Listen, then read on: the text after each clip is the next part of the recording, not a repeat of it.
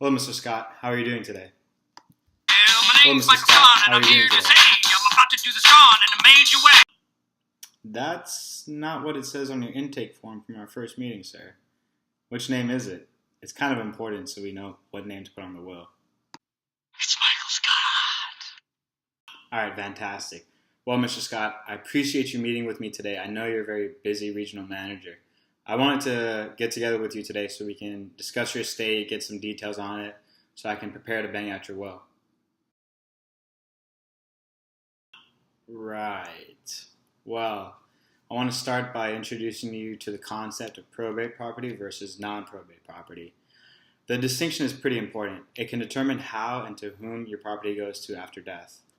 That one makes me think of death. But kind of nice. That's a lovely sentiment, Mr. Scott. But we have to prepare ourselves for when we do move on. And we can do that by preparing who we want our property to go to, whether it be our friends, our family members, or even our children, on our own terms. I want to be married and have 100 kids so I can have 100 friends and no one can say no to being my friend. I'm not sure your estate can quite handle that, Mr. Scott. Due to Michael's clever financial maneuvering, he finds himself tremendously in debt. Okay, well that was weird. Anyway, back to your estate, Mr. Scott. Hey, stop it! Okay. Why don't you explain this to me like I am an 8-year-old? Sure, not a problem. So, when a testator dies, if he has a will, it is submitted to a probate court by the executor of the will to be administered by the court. The court can have certain powers over the certain types of property that the testator, you, want to pass under the will. For example, any personal property you own, like jewelry.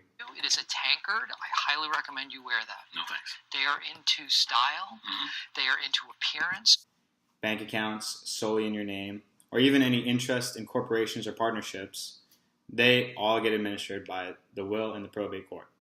Non-probate property, on the other hand, is property that is not controlled by the will or the probate court because its disposition is distinguished by a will substitute or by the design of that property. I understand you own a condo, Mr. Scott.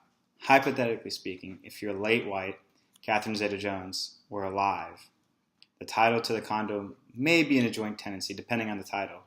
And therefore, if you died testate, your interest would vanish, and she would have owned the condo in its entirety. Another common type of non-probate property is a life insurance policy. Your named beneficiary in that policy would receive the proceeds of the policy independent of the probate administration. Break it down in terms of. I'm okay. I think I'm getting you. Mr. Scott, plainly speaking, you don't have much in the way of either probate property or non-probate property. This will is a way for you to decide who gets what little you do have. If you don't decide, the court will use intestacy laws to determine your heirs, which you do not have. So bottom line, what do you wish to do with your property? I declare bankruptcy!